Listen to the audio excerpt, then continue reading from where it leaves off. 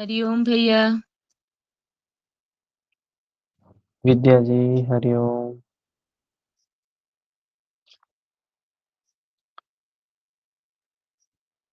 हम लोग छठे अध्याय पर चर्चा कर रहे थे। श्रीमद् भगवत गीता, भगवान कृष्ण की वाणी, मानव मात्र के कल्याण के लिए जो बात कही गई है यहाँ पर। तो छठे अध्याय में हम लोग देखे, भगवान श्री कृष्ण अर्जुन से कहते हैं, कर्म फल के आश्रय से रहित होकर योग की बात कर रहे हैं। किए जाने वाले कर्म की और कभी निष्काम दृष्टि से किए जाने वाले कर्म की प्रशंसा भगवान कृष्ण करते हैं अर्जुन से।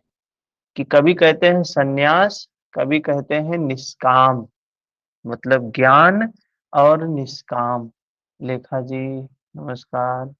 इन दोनों में से एक जो भली प्रकार आपका निश्चय किया हो, उस परम कल्याणकारी को मेरे लिए कहिए।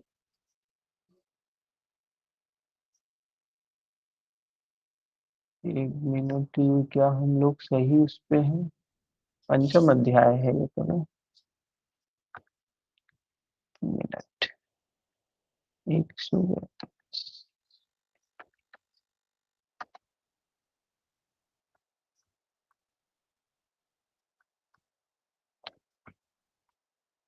हम्म, ये है छठा अध्याय। क्या है? कर्म फल के आश्रय से रहित होकर, अर्थात कर्म करते समय किसी प्रकार की कामना न रखते हुए जो कार्यम कर्म करने योग्य प्रक्रिया विशेष को करता है, वही सन्यासी है। तो यहाँ पर भगवान कृष्ण ने सन्यासी के स्वरूप की बात की है। कौन सन्यासी है? कौन योगी है? योगी वही है जो निष्काम भाव से कर्म कर रहा है, अनासक्त भाव से कर्म कर रहा है। आसक्ति नहीं है जिसके अंदर, कर्म सिर्फ किए जा रहा है, वही योगी। और वो कर्म कौन सा? सांसारिक कर्म की बात नहीं की है।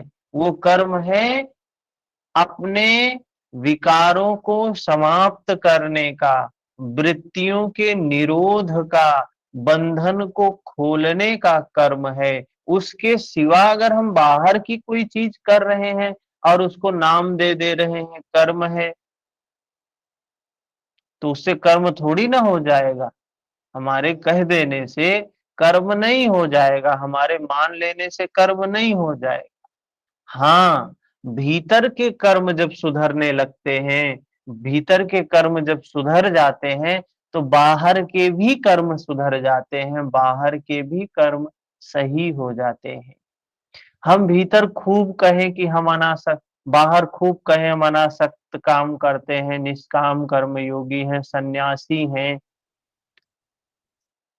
लेकिन जितने सन्यासी हैं सबके अंदर में लोभ होता है कि ये सत्ता हमें प्राप्त हो जाए, हम यहाँ के महंत हो जाएं, हम ये हो जाएं, हम प्रमुख हो जाएं, सारा मालिकाना हमारे अंदर में आ जाए।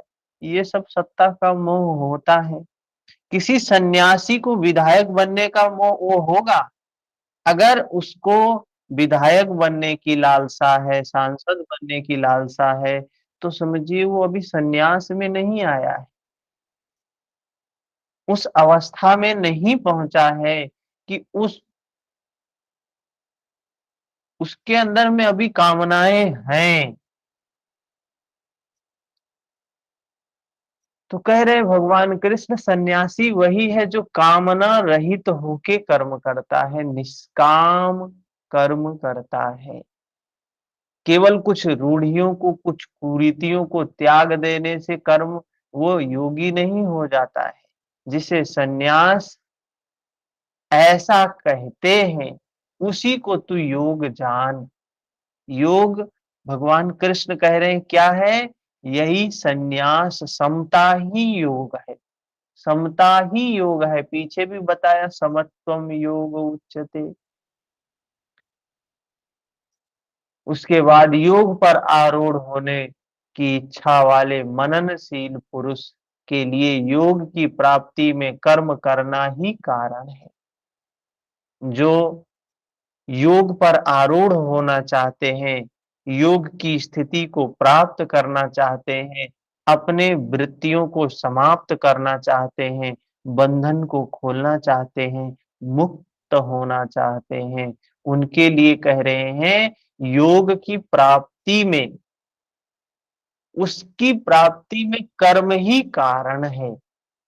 कर्म से ही उसको प्राप्त किया जा सकता है।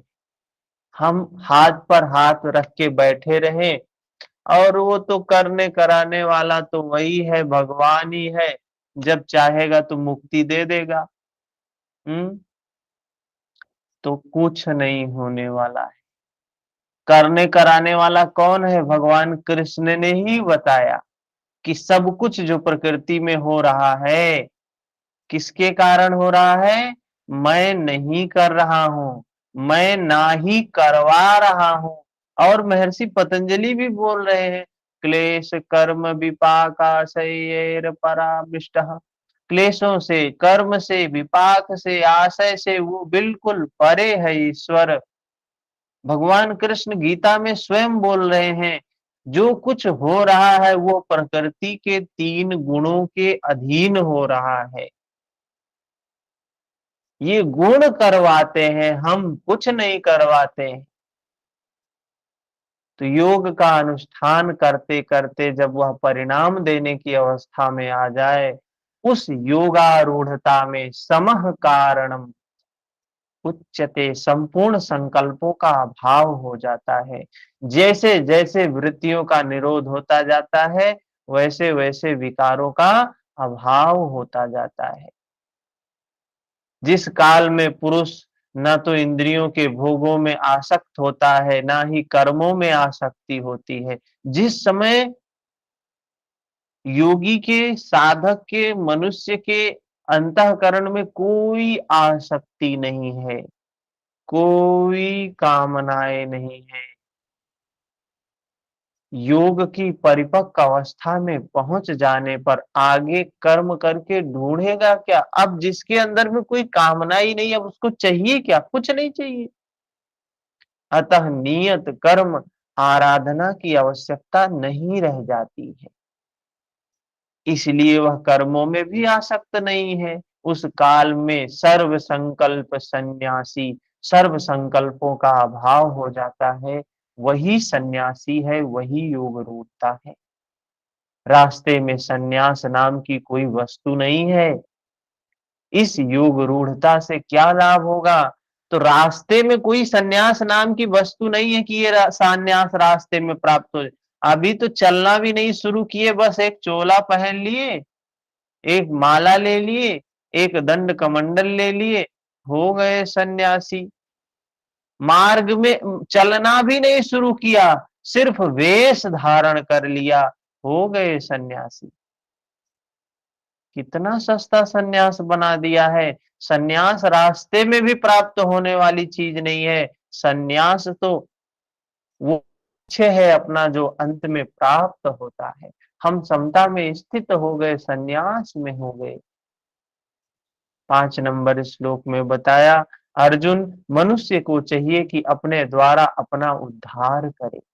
स्पष्ट बोल रहे हैं भगवान कृष्ण कि मनुष्य को क्या चाहिए?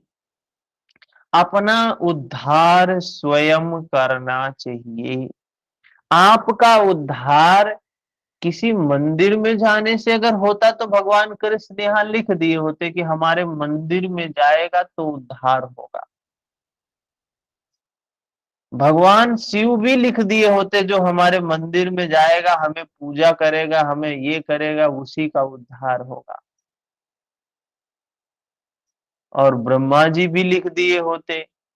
लेकिन इन सबों ने कुछ नहीं ऐसा लिखा है। क्या कह रहे हैं? उद्धरेदात्मानम आत्मानम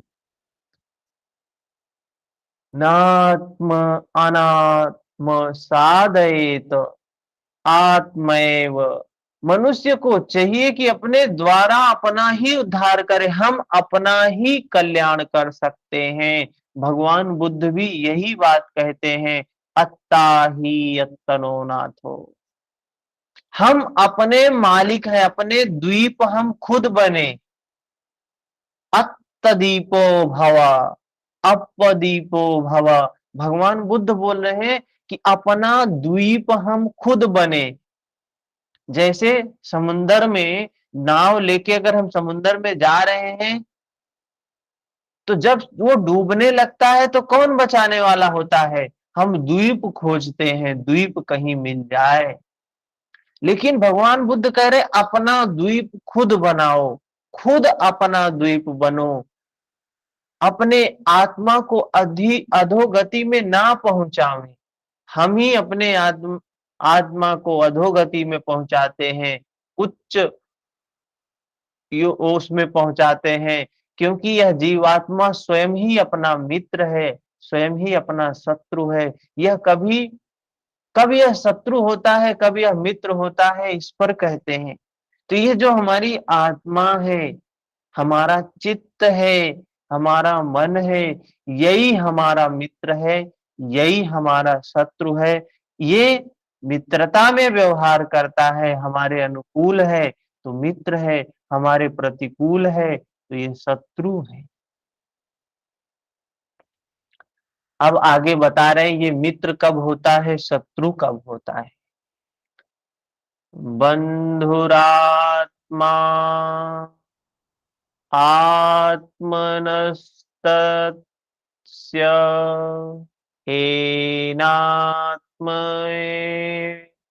मवात्मना जितः अनात्म अनस्तु शत्रुवे वर्तेतात्मैव शत्रुवत्।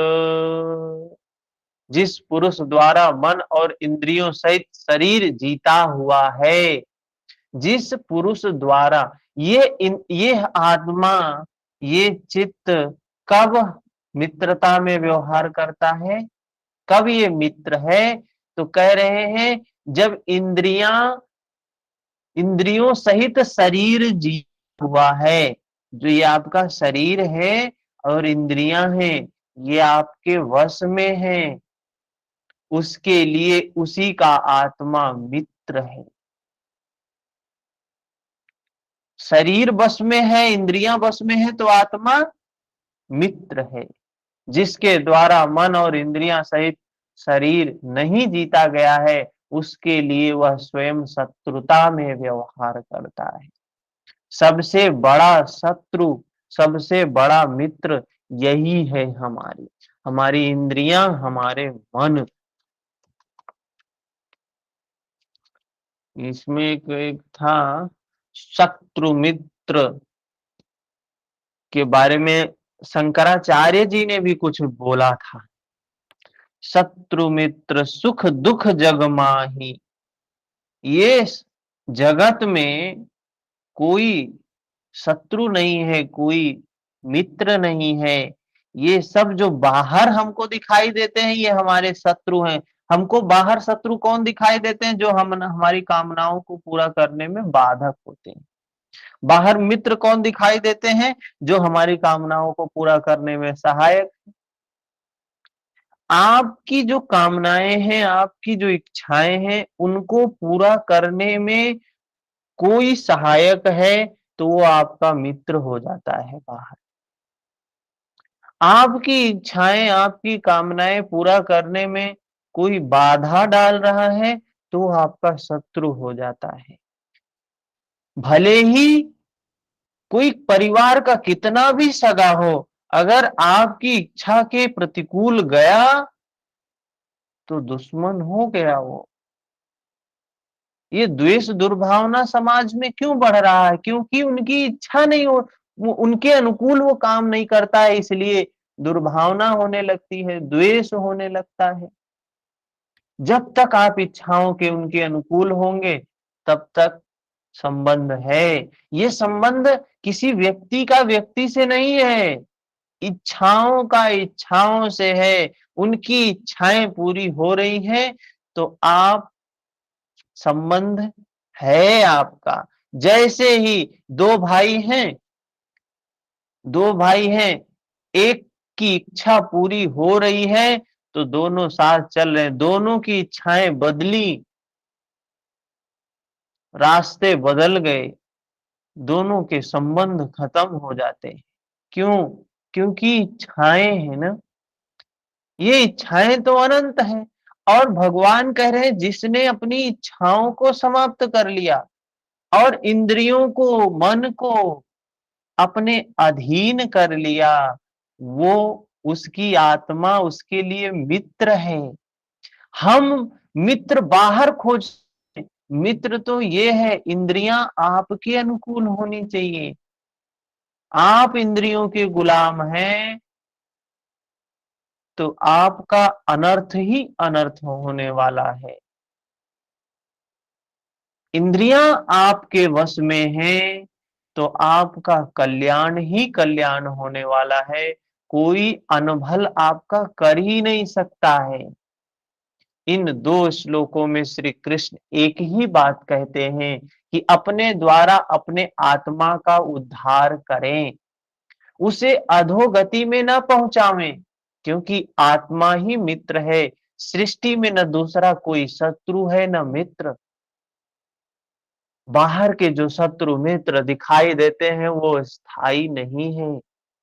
किस प्रकार जिसके द्वारा मन सहित इंद्रियां जीती हुई हैं, उसके लिए उसी की आत्मा मित्र बनकर मित्रता में बरतती है, परम कल्याण करने वाला होता है। और जिसके द्वारा मन सहित इंद्रियां नहीं जीती गई हैं, उसके लिए उसी का आत्मा शत्रु बनकर शत्रुता में व्यवहार करता है, अनंत योनियों और यातनाओं की ओर ले जाता है। प्रायः लोग कहते हैं मैं आत्मा हूं, मैं तो शुद्ध हूं, गीता में लिखा है, ऐसे उपदेश देते हैं। बहुत से लोगों को आपने भी सुना होगा और हम लोग भी कभी-कभी बोल देते हैं, क्या, नैनं छिन्दन्ति शस्त्राणि नैनं दहति वावः। इसे शस्त्र काट नहीं सकता है, अग्नि जला नहीं सकती है, वायु सुखा नहीं सकता है, यह नित्य है, अमृत स्वरूप है, ना बदलने वाला है, शाश्वत है, वह आत्मा मुझ में है ही। वे गीता की इन पंक्तियों पर ध्यान नहीं देते हैं कि आत्मा अधोगति में भी जाती है, आत्मा का उद्धार भी होता है, जिसके लिए कार्यम कर्म करने योग्य प्रक्रिया विशेष करके ही उपलब्धि बताई गई है। तो वो बस इतनी बात कहते हैं, क्या वो कह के दिखाना क्या चाहते हैं कि हम ज्ञानी हैं, हमें किसी चीज से भय नहीं है, हमारी मृत्यु नहीं होगी, हम निर्भय हैं। हाँ, लेकिन निर्भय हैं, लेकिन अधोगति और उच्च गति की प्राप्ति होती है आत्मा की। इसका आत्मा का जन्म नहीं होता है, लेकिन आत्मा शरीर तो धारण करता है। आत्मा इस शरीर को छोड़ेगा दूसरे शरीर में जाएगा, दूसरे को छोड़ेगा तीसरे में जाएगा। अभी मनुष्य शरीर मिला है तो बहुत अच्छा शरीर मिला, बहुत अच्छा वस्त्र मिला है, बड़े भाग्य मानुष तन पावा, इतने भाग्य से मनुष्य का शरीर मिला है और हम ऐसे व्यर्थ में गवा दें। आपको बताएं 84 लाख जातियां हैं, जिसमें एक मनुष्य की जाति हो गई। 84 लाख जातियों में सिर्फ मनुष्य की जाति ही ऐसी जाति है जो हम, ये जो जन्म मृत्यु का चक्र है, सागर है, दुख का सागर है, इससे मुक्ति का सिर्फ उपाय एक ही है कि फिर से इस चक्र में ना पड़ना पड़े, फिर इस सागर में ना कूदना पड़े। फिर से मनुष्य शरीर छूटेगा तो फिर हमारे जैसे कर्म होंगे उस अनुसार कुत्ता, बिल्ली, सांप, बिच्छू, कीड़े मकोड़े का जन्म लेना पड़ेगा। फिर इस चक्र में ना जाना पड़े, इसके लिए प्रकृति हमें ये मनुष्य का शरीर देती है। अब इसके कॉन्सेप्ट को समझ लेंगे तो बहुत लाभ आएगा। क्या कॉन्सेप्ट है? जानते हैं जब बैलेंस हो जाता है ना, बाकी जो योनियां हैं वो क्या है? भोग योनि, भोग योनि और कर्म योनि। 84 लाख योनियां हैं टोटल। तो कर्म योनि कौन सी है, भोग योनि कौन सी है? कर्म योनि है ये मनुष्य का शरीर। ये कर्म करने की बात है, इसमें हम कर्म कर सकते हैं। कर्म किसका? कौन बताएगा? कर्म कौन सा? भगवान कृष्ण कह रहे हैं कर्म। कौन सा कर्म? अपने बंधन को खोलने का कर्म, विकारों को नष्ट करने का कर्म सिर्फ मनुष्य शरीर में ही किया जा सकता है। अब यहां से जब हमारा शरीर छूट जाएगा, दूसरा शरीर प्राप्त होगा, कोई शेर, कोई कुत्ता, कोई बिल्ली, कोई सांप, कितना भी संत हो जाए, कितना भी सन्यासी हो जाए, उसको मुक्ति नहीं मिलेगी। मुक्ति मिलने का जो साधन है वो ये शरीर है, मनुष्य शरीर है। इसीलिए कहा शरीर माध्यम खलु धर्म साधन। ये शरीर माध्यम है, बाकी जो शरीर है, कुत्ते, बिल्ली, सांप, बिच्छू, ये सिर्फ भोग रहे हैं इन्होंने। अब हम इसमें जो कर्म किए हैं, आगे जो शरीर प्राप्त होगा उसमें सिर्फ उसको भोगना है। अच्छा, महर्षि पतंजलि ने एक सूत्र बताया है, भोगना। कैसे भोगते हैं हम संस्कारों को, कब कब भोगते हैं? अगर सूत्र आपको याद होगा तो एक सूत्र है दूसरे पाद में महर्षि पतंजलि का, जिसमें वो बताते हैं कि सति मूले तभी पाको जात्या युर्भोगा। ये संस्कार जब तक होते हैं, सति मूले, उनका मूल जब तक होता है, एक संस्कार भी जब तक होगा तब तक हमें जात्या, आयु, जाति प्राप्त होगी। ये 84 लाख जातियां जो हैं, इनमें से कोई एक जाति प्राप्त हो जाएगी और उस जाति में एक आयु भी प्राप्त होगा। आयु क्या प्राप्त होगा? 2 वर्ष की आयु मिलेगी, 10 वर्ष की आयु मिलेगी, 50 वर्ष की आयु मिलेगी, 1 दिन की आयु मिलेगी, 2 दिन की आयु मिलेगी, 3 दिन की आयु। अरे भाई, 84 लाख जातियों में भ्रमण करना है, तो क्या जरूरी है कि मनुष्य शरीर मिला है 100 साल के लिए तो सारी जातियां 100-100 साल?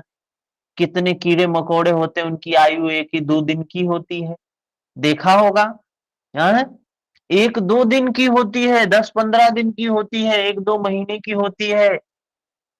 तो ये जाति प्राप्त होती, हमारे कर्म के अनुसार आयु प्राप्त होता है और उसमें भोगना होता है।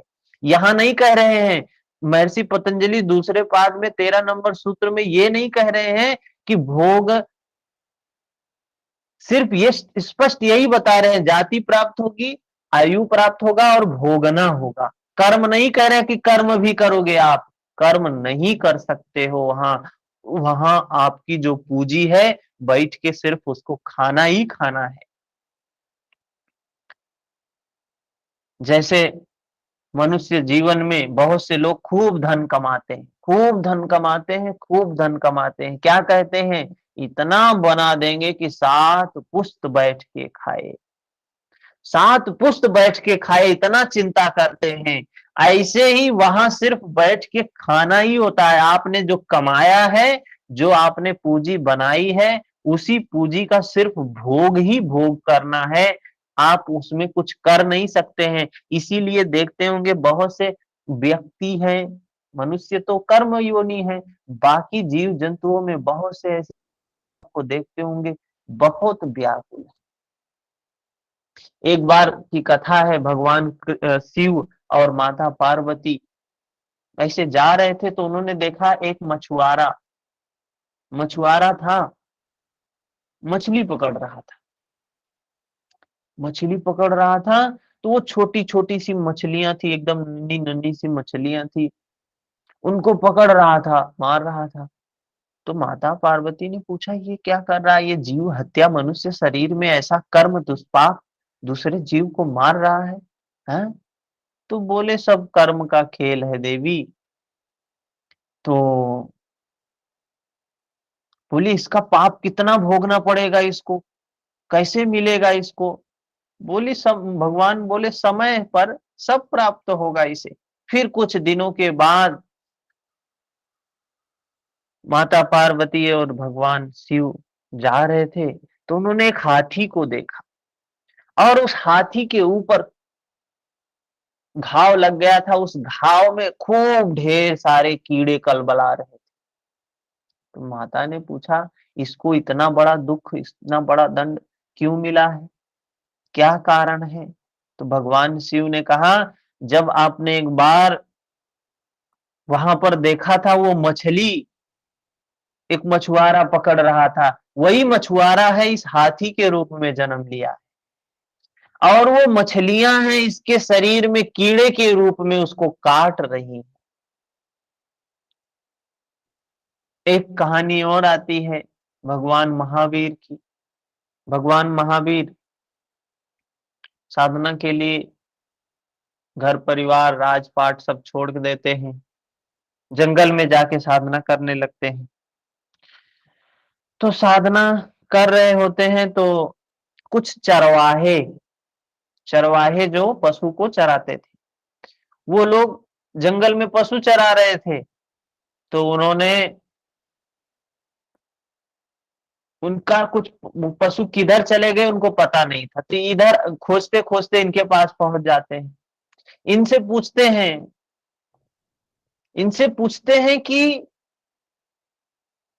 क्या तुमने मेरे जानवरों को देखा भी, ये आंख बंद करके समाधिस्थ है, ध्यान की अवस्था में है, क्या तुमने मेरे पशुओं को देखा, दो तीन बार पूछते हैं वो। अब वो लोग सोचते हैं इतना हठी हो गया है ये, इतना हठी हो गया है कि मतलब सुन नहीं रहा मेरी बात को, मेरी बात को नहीं सुन रहा है ये, बहरा हो गया है क्या तू। फिर भी कुछ नहीं बोलते हैं। तो वो सब क्या करते हैं, उसको सच में कहते तुझे हम सच में ही बहरा बना देते हैं। लकड़ी की कील ले आते हैं, लकड़ी का वो क्या बोलते हैं उसको, एक कान में लाके ठोक देते हैं दोनों कान, चले जाते। ये तो समाधि की अवस्था में है। उनके राज्य के लोगों को पता चलता है कि ऐसा ऐसा हुआ है भगवान महावीर के साथ में, हमारे राजा के साथ में ऐसे हुआ है। तो कुछ लोग आते हैं, फिर उनका ट्रीटमेंट करते हैं, इलाज करते हैं। तो ये अपने बोधि चित्त से देखते हैं कि ये हमें क्यों भोगना पड़ा। तो उनको पता चलता है कि इतने जीवन के पूर्व मैं एक राजा था, यहाँ पर राजा था, और उस समय हमने इस व्यक्ति, ये हमारा सेवक था जिसने अभी हमें ये कील ठोकी है, इसके इसने कुछ गलत कार्य किया था, जिससे मैंने इसको दंड दिया था, क्रुद्ध होकर दंड दिया था। और उस दंड में यह था कि इसके कान में शीशा पिघला के डलवाया। तो आज वही है, फल लेके आया है, फल मिला। तो प्रकृति में जो कुछ भी हम करते हैं उसका फल प्रकृति हमें देती है। कानून से बच के निकल सकते हैं, लेकिन प्रकृति के कानून से, प्रकृति धर्म के कानून से हम बच नहीं सकते हैं। तो हम, मित्र कौन है हमारा, ये जो पर हमारे भैया पीछे के विकास। हम्म। कोई किसी दायित्व के हम्म। ऊपर है तो उसे अपने दायित्व का निर्वाह तो करना ही पड़ेगा ना। हम्म। वो राजा है, कोई किसी दायित्व के ऊपर है तो उसे अपने दायित्व का निर्वाह तो करना ही पड़ेगा, वो राजा है, देखो, उसको न्याय हाँ प्रणाली हाँ, अपनानी है। बिल्कुल बिल्कुल, लेकिन उसने जो दंड दिया था वो उसका इंटेंशन गलत था, क्रोधित होकर दिया था। न्याय देना क्या है, साक्षी भाव से होना चाहिए, समता में होना चाहिए, न राग हो न द्वेष हो, दोनों चीजें नहीं होनी चाहिए। अगर हम न्याय दे रहे हैं, द्वेषवश किसी के साथ कोई व्यवहार कर रहे हैं, दुर्भावनावश किसी के साथ व्यवहार कर रहे हैं, वो गलत है। उसका परिणाम होता है, परिणाम आसक्ति का निकलता है, परिणाम राग का, द्वेष का निकलता है, दंड का परिणाम नहीं निकलता। कोई साक्षी भाव से कोई फैसला दे रहा है, राजा दे रहा है, वो तो धर्म की बात है। लेकिन आप गलत काम किए हैं तो उसका परिणाम तो भोगना ही पड़ेगा, वो बात है यहाँ पर। ठीक है, तो यहां करने के लिए क्या बताया कि जिसके लिए कार्यम कर्म, कर्म क्या है, जो हमारे पीछे के विकार हैं वे नष्ट हो जाएं, उनको नष्ट करने के लिए यह मनुष्य शरीर प्राप्त होता है। यही जो उस उस उद्देश्य को प्राप्त करने में सफल होते हैं, उनकी आत्मा, उनका इंद्रिय, उनका मन मित्रता में व्यवहार करती हैं। नहीं तो यही शत्रु है, हमारा बाहर कोई शत्रु नहीं है। काहू न, गोस्वामी तुलसीदास जी लिखते हैं, काहू न को सुख दुख कर दाता, निज कृत कर्म भोग सब भ्राता। काहू, कोई किसी को सुख दुख नहीं देने वाला है। हम बेवजह सोचते हैं अरे सुख मिलेगा दुख मिलेगा। आज कितना लोग प्रयास करते हैं कि हमें दुख ना लेना पड़े, हमें दुख में ना रहना पड़े। हमारा जीवन पूरा प्रयास यही होता है कि हमें दुख ना भोगना पड़े, हमें दुख ना भोगना पड़े। कौन दुख से बचा है? हाँ, कौन दुख से बचा है? हम धर्म और अधर्म नहीं देखते हैं। दुख से बचने के लिए क्या बताया? सुखस्य मूलम धर्म। चाणक्य कह रहे हैं, अर्थशास्त्री होके कह रहे हैं, सुख का मूल कहाँ है? धर्म में है, धर्म में है। धर्मस्य सुखस्य मूलम धर्म, धर्म में सुख का मूल है, जड़ है। और हम सुख खोजते हैं, हम सुख खोजते हैं कहां पर? धर्म में नहीं। हमको सुख चाहिए चाहे कितना भी अधर्म करना पड़े। अरे अधर्म में सुख है ही नहीं, गलत जगह हम सुख खोज रहे हैं तो मिलेगा कहां से? हम गलत डायरेक्शन में जा रहे हैं। और यही कारण मैं बताऊं आपको, यही कारण है कि दुनिया के लोग, मनुष्य जाति ज्यों ज्यों उम्र बढ़ती जाती है त्यों त्यों परेशानियां बढ़ती जाती हैं। उनसे मिलो तो पूछ पीछे, कहते हैं पीछे का समय अच्छा था, और जब मिलो तो कहेंगे वो पहले वाला समय ज्यादा अच्छा था, और सब अंत में कहेंगे वो बचपन वाला समय सबसे अच्छा था। क्यों? क्योंकि गलत दिशा में आपने चल यात्रा की अभी तक। जब गलत दिशा में यात्रा किया है तो पीछे की मंजिल पीछे छूटती जा रही है, तो पता चलेगा कि मंजिल के नजदीक तो पहले ही थे, हम और मंजिल से दूर हो गए। तो ये इसका अनुभव हमें होता है। लेकिन जो व्यक्ति सही डायरेक्शन में जाएगा वो कदापि नहीं कहेगा कि पीछे के समय अच्छा था। आज का समय अच्छा है, आज सुख ज्यादा है, आज शांति ज्यादा है, आज धर्म के नजदीक ज्यादा है, मंजिल के करीब है अब। तो कौन कहेगा कि पीछे का समय अच्छा था? हाँ, सही बात है ना? तो कहा ये जो जीवन प्राप्त हुआ है उस मंजिल की ओर बढ़ने के लिए प्राप्त हुआ है। हम मंजिल के विपरीत दिशा में यात्रा शुरू कर देते हैं, पूरे जीवन दुखी दुखी दुखी होते रहते हैं। जनक जी, जनक भगवान राम और महाराज जनक क्या है? धर्मराज हैं, वैदेही योगी हैं, और जिनकी पुत्री माता सीता, सोचिए, वो जब सुख नहीं दे सके उन्हें, उनके जीवन में भी दुख था। कोई दुख किसी का बांट सकता है? कोई किसी का दुख हटा सकता है क्या? कोई किसी का दुख कम कर सकता है? आपके जीवन में जो दुख आना है उसको कोई रोक नहीं सकता है। हाँ, सिर्फ आप रोक सकते हैं। तत्र ध्यान जम मना स्वयं, महर्षि पतंजलि कह रहे सिर्फ ध्यान के द्वारा ही नष्ट, एक ही साबुन है जिससे इसको नष्ट किया जा सकता है, जो आपके पूर्व जन्म के संस्कार हैं। सिर्फ एक साबुन है, वो साबुन है ध्यान का। भगवान कृष्ण भी कह रहे हैं वह साबुन है सिर्फ यज्ञ का, कर्म योग का। और वह कर्म क्या है? यही है संस्कारों को नष्ट करने का। और वो संस्कार नष्ट कैसे होंगे? महर्षि भगवान कृष्ण ने भी बताया, देखने से, सिर्फ साक्षी भाव से देखने से। इसी देखने के लिए तमाम दर्शन शब्द आया, जो ये आया सांख्य दर्शन, न्याय दर्शन, ये योग दर्शन, तो जो ये तमाम मीमांसा, ये सब जो दर्शन, षड दर्शन की जो संकल्पना हमारे यहाँ है, ये बंधन को खोलने के लिए तमाम दर्शन आए। बौद्ध दर्शन, जैन दर्शन, चारवाक दर्शन, ये जो दर्शन शब्द आया, ये खोलने के लिए, विकारों को नष्ट करने का तरीका बता रहे हैं सारे दर्शन। हम तो पातंजलि योग दर्शन पर काम कर रहे हैं, लेकिन देखेंगे गहराई में तो सारे लोग कहीं ना कहीं कम बेस में वही बात कह रहे हैं, वही सेम बातें ही कह रहे हैं। तो जिसकी आत्मा उसका मित्र है, जिसका मित्र है, कह रहे हैं अनुकूल आत्मा के लक्षण बता रहे हैं।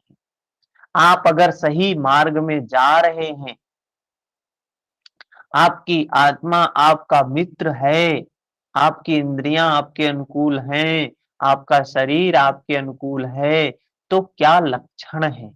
उसका लक्षण भी बता रहे हैं। क्या?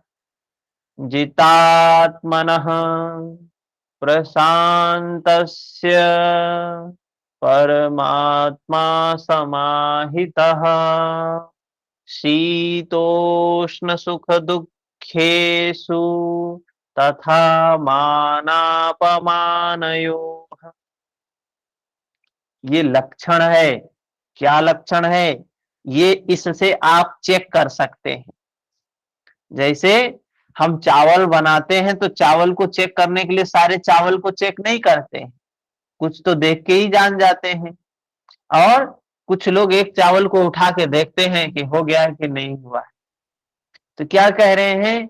सर्दी, गर्मी, सुख, दुख, मान, अपमान, जिसके अंतःकरण की वृत्तियां भली प्रकार शांत हैं। दो चीज हो सकता है। क्या?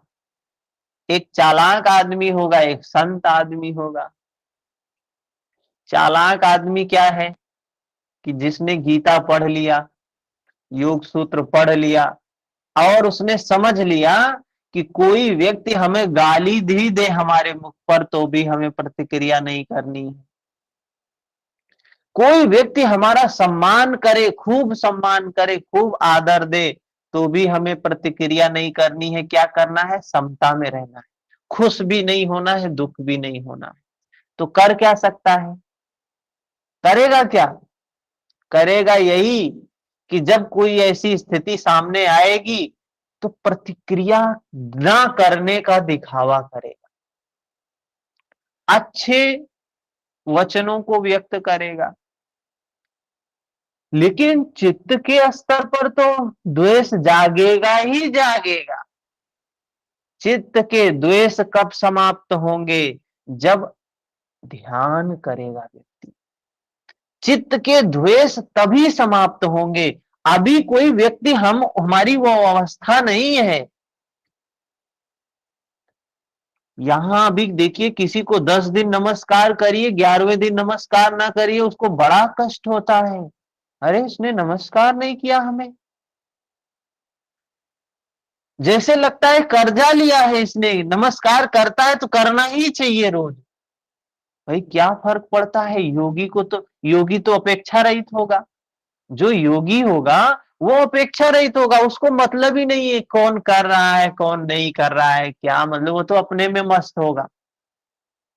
लेकिन बाहर वाले, जो बाहर के सम्मानित लोग हैं, अरे कुछ लोग तो कहते हैं हमारे आने पे खड़ा नहीं हुआ, इसको सस्पेंड किया जाए। खड़ा नहीं हुआ, अरे नहीं खड़ा हुआ, नहीं खड़ा हुआ, कोई दिक्कत नहीं होगी, कुछ रहा होगा, क्या मतलब है उससे हमें।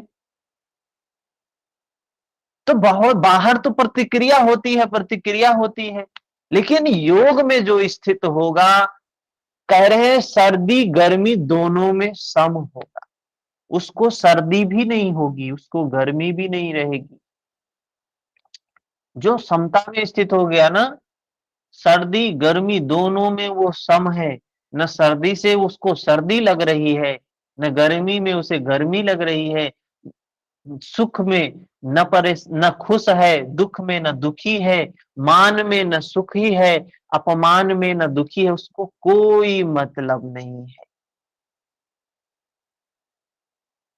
जिसके अंतःकरण की वृत्तियां, अभी देखिए यहां बात क्या है, ये नहीं कह रहे कि जो यश अपयश सर्दी गर्मी सुख दुख लाभ हानि में समता में हो वही योगी है। कह रहे हैं जिसके अंतःकरण की वृत्तियां, अंदर में विचार भली प्रकार शांत है, कोई फर्क नहीं पड़ रहा है, चित्त की धारा पर कोई फर्क पड़ ही नहीं रहा है, इतना समता है। ऐसे स्वाधीन आत्मा वाले पुरुष में परमात्मा सदैव स्थित है। परमात्मा किसमें स्थित है? हम कहते हैं अहम ब्रह्मास्मि, हम सब ब्रह्म है, परमात्मा हमारे भीतर है, लेकिन परमात्मा किसके भीतर है? परमात्मा उसके भीतर है जिसने अपने चित्त को बिल्कुल शांत कर लिया है। शांत जानते हैं किस प्रकार से? कि उसमें कोई कंकड़ भी फेंके तो कंकड़ को स्वीकार तो कर ले, उसमें हलचल ना हो। किस प्रकार से शांत हो? जैसे सागर शांत होता है। सागर में कितनी नदियां आती हैं, कितनी नदियां आती हैं, नदियां आती हैं तो नगरों को उजाड़ते हुए आती हैं, पेड़ पौधों को उखाड़ते हुए आती हैं, सीमा को लांघते हुए आती हैं, लेकिन कभी सागर को भी देखा है सीमा लांघते हुए?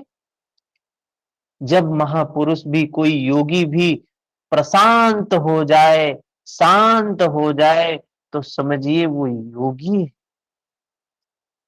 उसके अंदर विकार उत्पन्न ना हो, उद्वेग उत्पन्न ना हो, जिसने मन सहित इंद्रियों को जीत लिया है, वृत्ति परम शांति में प्रवाहित हो गई है, यही आत्मा उद्धार की अवस्था है। यही है ये। और इन्हीं बात को कबीर, गुरु नानक, रहीम, तुलसी, तमाम जो हमारे संत रविदास, संत शिरोमणि रविदास, ये लोग यही बातों को बोल रहे हैं। क्या थे नानक जी, ये सब इतने महान संत, ये लोग यही बात कह रहे हैं कि अपने अपनी इंद्रियां अपने वश में, चित्त बिल्कुल शांत। कबीरा मन निर्मल भया जैसे गंगा नीर, पाछे पाछे हरि फिरे कहत कबीर कबीर। पीछे पीछे भगवान ही तुम्हारे दौड़ेंगे जब इतना चित्त की निर्मलता आ जाएगी तो। यही आत्मा का उद्धार है, यही कल्याण है। इसके अलावा कोई काम कर रहे हो तो गलत दिशा में जा रहे हो, गलत परिणाम मिलेगा, दुख मिलेगा, व्याकुलता मिलेगी, अशांति। 8 नंबर श्लोक में कहते हैं, ज्ञान विज्ञान तृप्तात्मा कूटस्थो विजितेन्द्रियः युक्त युक्त्योच्यते योगी समलोष्टा समकांचनः। जिसका अंतःकरण ज्ञान विज्ञान से तृप्त है। ये ज्ञान और विज्ञान क्या है? ज्ञान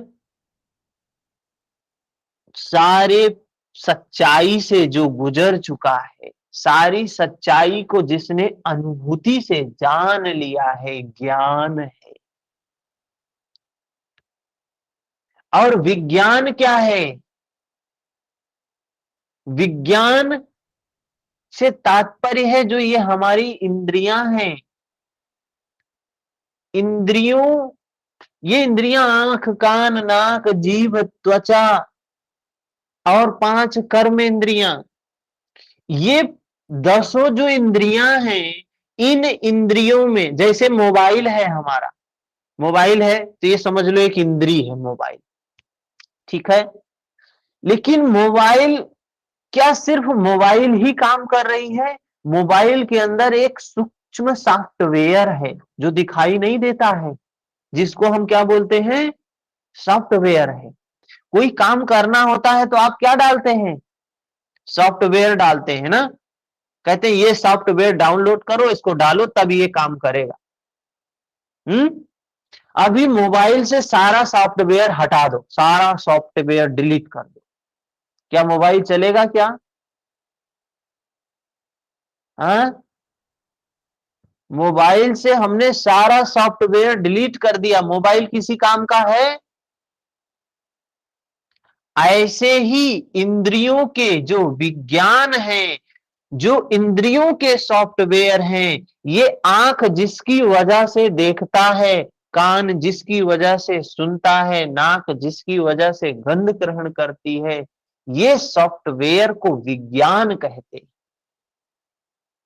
कह रहे हैं जिसका अंतःकरण ज्ञान और विज्ञान दोनों से तृप्त है, दोनों को जिसने जान लिया। क्या जान लिए?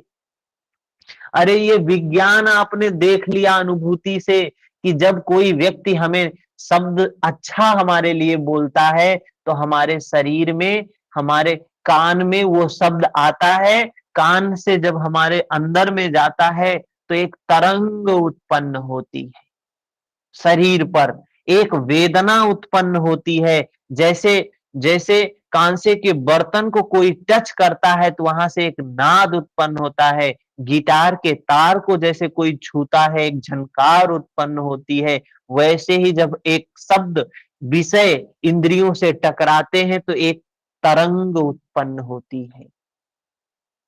कह रहे हैं उस तरंग को, उस तरंग, जब वो तरंग उत्पन्न होती उसको भी जान लिया कि ये हमने कोई शब्द कहा, आपको हमने गाली दिया, वो भी शब्द ही है, वो भी कान में जाएगी तो तरंग उत्पन्न होगी ही। हमने आपको नमस्कार किया तो वो भी शब्द ही है, वो भी कान में जाएगा तो तरंग उत्पन्न करेगा ही करेगा। तो दोनों ही शब्द शब्द ही हैं, तरंग तरंग ही है। अब होता क्या है, जब हमारी संज्ञा है अंदर में, संज्ञा क्या कहती है?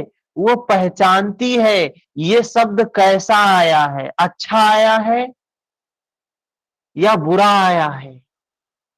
अच्छा शब्द वो संज्ञा कहती है, मूल्यांकन करके कहती नहीं ये शब्द तो अच्छा शब्द है, तेरे लिए अच्छा शब्द कहा गया, तो अंदर में सुखद वही संवेदना सुखद हो जाती है। और जब कोई कहता नहीं बुरा है तो वही संवेदना बुरी हो जाती है। हम राग द्वेष वहां उत्पन्न करने लगते हैं, दुर्भावना उत्पन्न करने लगते हैं। इस स्तर पर भगवान कृष्ण कह रहे हैं समता में रहना का अंतःकरण ज्ञान विज्ञान से तृप्त है, जिसकी स्थिति अचल है, जो हलचल नहीं है। अब कोई गाली दे रहा है या कोई नमस्कार कर रहा है, चित्त बिल्कुल शांत है। क्या देख रहा है? अरे तरंग तरंग ही है, चाहे शब्द शब्द ही है, उसमें राग क्या करना, उसमें द्वेष क्या करना। अचल है एकदम, स्थिर है एकदम, विकार रहित है, कोई राग नहीं उत्पन्न हो रहा है, कोई द्वेष नहीं उत्पन्न हो रहा है। जो योगी है वो ये नहीं चाहेगा कि जनता हमें नमस्कार करे, हमें सिर झुकाए, सब प्रणाम करें। लेकिन जो राजनेता है, नेता है, वो तो यही चाहेगा हमारे सामने सिर्फ सारे लोग नतमस्तक हों, झुके रहें। जो दूसरे को सिर्फ झुकाने की प्रवृत्ति वाला है, संत कदापि नहीं हो सकता है। जो दूसरे को सिर्फ उठाने की प्रवृत्ति वाला होगा, वही संत हो सकता है। संत कभी झुका नहीं सकता, संत कभी दबा नहीं सकता है। जिसने इंद्रियों को विशेष रूप से जीत लिया, विशेष रूप से जीत लिया, विशेष रूप से जीत लेना एक जीतना होता है, एक विशेष रूप से जीतना होता है। मतलब अब विशेष रूप से जीत लिया, अब कभी वो, अब ऐसी गुलाम हो गई वो इंद्रियां कि अब कभी वो पराई होंगी ही नहीं, होंगी ही नहीं। जिसकी दृष्टि में मिट्टी, पत्थर और स्वर्ण एक समान है, योगी है। एक बार की कथा सुनाते हैं आपको। एक बार पति और पत्नी दोनों साधक थे, साधना करते थे। उम्र हो चली थी, काफी उम्र भी हो गई थी, 60 65 70 साल की उम्र हो गई थी। दोनों साथ में रहते थे। तो ऐसे ही लकड़ी वगैरह बीनने के लिए जंगल गए थे। तो जंगल से वापस आ रहे थे, तो जंगल जब गए थे तो माता पार्वती जी ने भगवान शिव से कहा, इतने बड़े भक्त हैं ये, इतना निर्मल चित्त है इनका, इतने कष्ट में क्यों है ये। हाँ, लक्ष्मी जी कहती हैं कि इतने कष्ट में, भगवान विष्णु से, इतने कष्ट में क्यों है ये, इतने आपके भक्त हैं, इनकी आप मदद काहे नहीं करते हैं। तो विष्णु जी कहते हैं, ये कभी लेते ही नहीं, मांगते ही नहीं है, मांगते ही नहीं है तो मदद क्या करें। अरे आपके भक्त हैं, लक्ष्मी जी कहती है आपके भक्त हैं, आपको मदद करनी चाहिए इनकी। ये बेचारे इतनी उम्र में जंगल से लकड़ी तोड़ रहे हैं, हाँ, कुछ सहायता आपको करनी चाहिए। विष्णु जी ने कहा, जब ये लेते ही नहीं तो करें क्या हम। तो बहुत जिद कर रही थी, तो विष्णु जी ने कहा आप ही प्रयास कर लो। तो लक्ष्मी जी ने कहा ठीक है, हम देखते हैं। तो उन्होंने एक हीरे जवाहरात से भरी पोटली रास्ते में गिरा दी। तो दोनों आ रहे थे, आ रहे हैं, आ रहे हैं। तो आगे पति देव, पीछे पत्नी, दोनों आ रही है। पत्नी थोड़ी पीछे आ रही थी, पति देव थोड़ा जल्दी जल्दी चल रहे थे। तो आगे आगे आ रहे हैं, तो देखते हैं, अरे कोई पोटली खुली है, पोटली खुली है, उसमें से कुछ हीरे जवाहरात बाहर भी बिखरे थे। देखते ही हाँ एकदम सकपका जाते हैं, अरे पीछे देखते हैं पत्नी कहाँ है, तो थोड़ी दूर पे है। तो जल्दी जल्दी उस पे मिट्टी डालने लगते हैं। क्यों डालने लगते हैं, हम तो थोड़ा ज्ञानी है, यही अहम है। ये क्या है, अहम है। हम तो थोड़ा ज्ञानी हैं, हम थोड़ा समझदार हैं, हम तो वैराग्य में स्थित हैं, हमने तो वैराग्य को ग्रहण कर लिया है, वैराग्य की अवस्था को पा लिया है। लेकिन हमारी पत्नी है ना, उसमें अभी उसमें अभी जो है, हो सकता है विकार जाग जाए, देख कर इन हीरो जवाहरात को। तब तक आ जाती है, उनकी पत्नी भी आ जाती है। कहती क्या कर रहे हैं आप, मिट्टी के ऊपर मिट्टी क्यों डाल रहे हैं। कहीं मिट्टी नहीं, यहाँ हीरे जवाहरात। उसको तोप रहा था कि आपको इससे लोभ ना उत्पन्न हो। कहे आप, उनकी पत्नी कहती है आपको अभी हीरा जवाहरात दिखाई भी देता है। मतलब हीरे जवाहरात में, कंकड़ पत्थर में आपको अंतर भी मालूम है अभी। तो ये अंतर भी समाप्त हो जाना चाहिए। जैसे कंकड़ पत्थर हैं, वैसे हीरे जवाहरात हैं, दोनों ही व्यर्थ हैं, दोनों ही मिट्टी हैं। उनकी पत्नी तो और ऊंचे कोटि की साधिका थी। ये अभी भेद देख रहे थे, इनके अंदर अभी वैराग्य था। वैराग्य के बाद कौन सी अवस्था आती है? वीतराग की अवस्था। वीतराग की अवस्था। वैराग में तो द्वेष होता है, अरे हीरा जवाहरात है, इसको छूना नहीं है, इसको देखना नहीं है। लेकिन जो वीतराग की अवस्था में हो गया, उसको हीरा जवाहरात से वैराग्य भी खत्म है, द्वेष भी खत्म हो जाता है, समता में स्थित हो जाता है। अरे समता में स्थित हो गया तो जैसे ही कंकड़ पत्थर गिरे हुए हैं सड़क पर, वैसे हीरे जवाहरात गिरे हुए हैं, क्या तात्पर्य है उनसे? उनको तोपना क्यों, उनको फेंकना क्यों, उनको लेना क्यों? कोई मतलब नहीं है। ये योग की अवस्था है। ऐसा योगी युक्त कहा गया है। युक्त का अर्थ है योग से संयुक्त। यह योग की पराकाष्ठा है, ये योग की उच्च अवस्था है, जिसे योगेश्वर 5वें अध्याय में श्लोक 7 में 12 तक चित्रित कराए हैं। 5 से 12 तक परम तत्व परमात्मा का साक्षात्कार और उसके साथ रहने वाली जानकारी ज्ञान है। 1 इंच भी इष्ट से दूरी है, जानने की इच्छा बनी है। जब जानने की इच्छा समाप्त हो जाती है, जब तक वह अज्ञानी है, वह प्रेरक कैसे सर्वव्याप्त है, कैसे प्रेरणा देता है, कैसे अनेक आत्माओं का एक साथ पथ प्रदर्शन करता है, कैसे भुआ भूत भविष्य और वर्तमान का ज्ञाता है, उस प्रेरक इष्ट की इस कार्य प्रणाली का ज्ञान ही विज्ञान है। जिस दिन से हृदय में इष्ट का आविर्भाव होता है, उसी दिन से वह निर्देश देने लगता है। किंतु प्रारंभ में साधक समझ नहीं पाता है। हम सभी के हृदय में उस इष्ट का आविर्भाव हुआ है, तभी हम उस इष्ट की वाणी के प्रति इतना श्रद्धालु बने हुए हैं।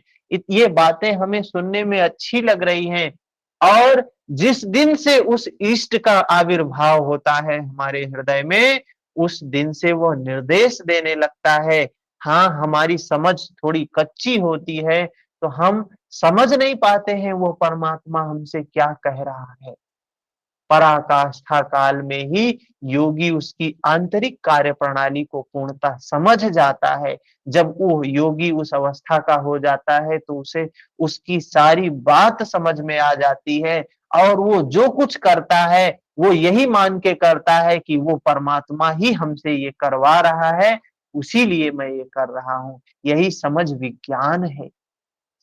योगारूढ़ तथा युक्त पुरुष का अंतःकरण ज्ञान विज्ञान से तृप्त रहता है। इसी प्रकार योग युक्त पुरुष की स्थिति का निरूपण करते हुए योगेश्वर श्री कृष्ण पुनः कुछ उस पर कहते हैं। यहाँ तक कोई प्रश्न हो तो बताएं, समझ में आया?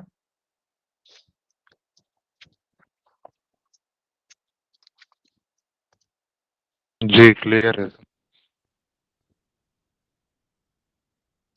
कितनी सरल भाषा में बताया है भगवान कृष्ण ने।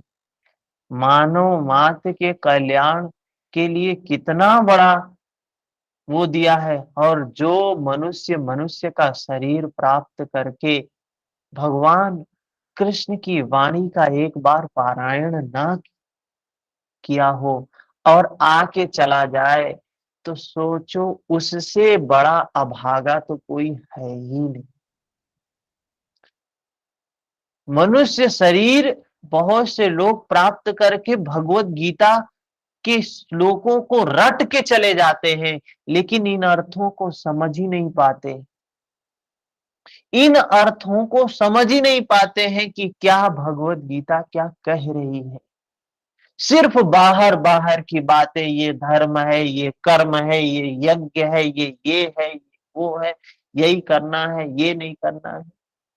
लेकिन चित्त के अंतःकरण में कोई परिवर्तन नहीं होता है। चित्त की निर्मलता के लिए कोई कार्य नहीं होता है। भगवत गीता सिर्फ चित्त की निर्मलता की बात कर रही है। सारे संत महापुरुष सिर्फ चित्त की निर्मलता की बात कर रहे हैं। चित्त निर्मल होगा तो सबका भला हो जाएगा। फिर से सारे लोगों का चित्त निर्मल हो जाएगा, फिर से भारत विश्व गुरु हो जाएगा। धन से कोई महान थोड़ी होता है। धन क्या है? भारत का धन तो ये अध्यात्म है, धर्म है। भारत का धन, भारत का प्राण है धर्म। और भगवान राम के समय में सतयुग में क्या था, त्रेता में क्या था कि सबके हृदय में धर्म होता था, सबका चित्त निर्मल होता था। इसका प्रमाण गोस्वामी तुलसीदास जी दे रहे हैं। पुर नर नारी सुभग सुचि संता, उस समय के सारे नर नारी सुभग सुचि चित्त वाले थे, संता थे। जो भगवान कृष्ण यहाँ संत की परिभाषा दे रहे हैं, कह रहे हैं जनक जी के राज्य में सारे लोग संत थे। ऐसे संतों को दर्शन देने के लिए भगवान राम जाते हैं द्वार द्वार पर। कबीर कह रहे हैं, कबीरा मन निर्मल भया जैसे गंगा जी। अरे जैसे कबीर बोल रहे हैं पाछे पाछे हरि फिरे, वैसे भगवान राम उन लोगों को दर्शन देने के लिए द्वार द्वार जाते हैं। चित्त निर्मल हो गया तो भगवान के पास जाने की जरूरत नहीं है, भगवान स्वयं अपने पास आएंगे। हमारी वो अवस्था होनी चाहिए, चित्त की वो अवस्था हमको करना होगा। चित्त निर्मल होगा तो सब कुछ प्राप्त हो जाएगा। ठीक है, तो आज शाम को देखिए, अगर क्लास लेने लायक रहेगा तो क्लास जरूर लेंगे। हाँ, शुद्धि क्रिया है आज, विरेचन। तो हो सकता है कि शाम तक क्लास लेने लायक अवस्था ना रहे, वीकनेस ज्यादा रहे तो नहीं करेंगे। लेकिन तनिक भी अगर लगेगा कि नहीं हम क्लास कर सकते हैं तो क्लास जरूर होगी, और नहीं होगा तो फिर मैसेज डाल देंगे हम कि आज क्लास नहीं है। ठीक है, कोई प्रश्न है तो बताइए।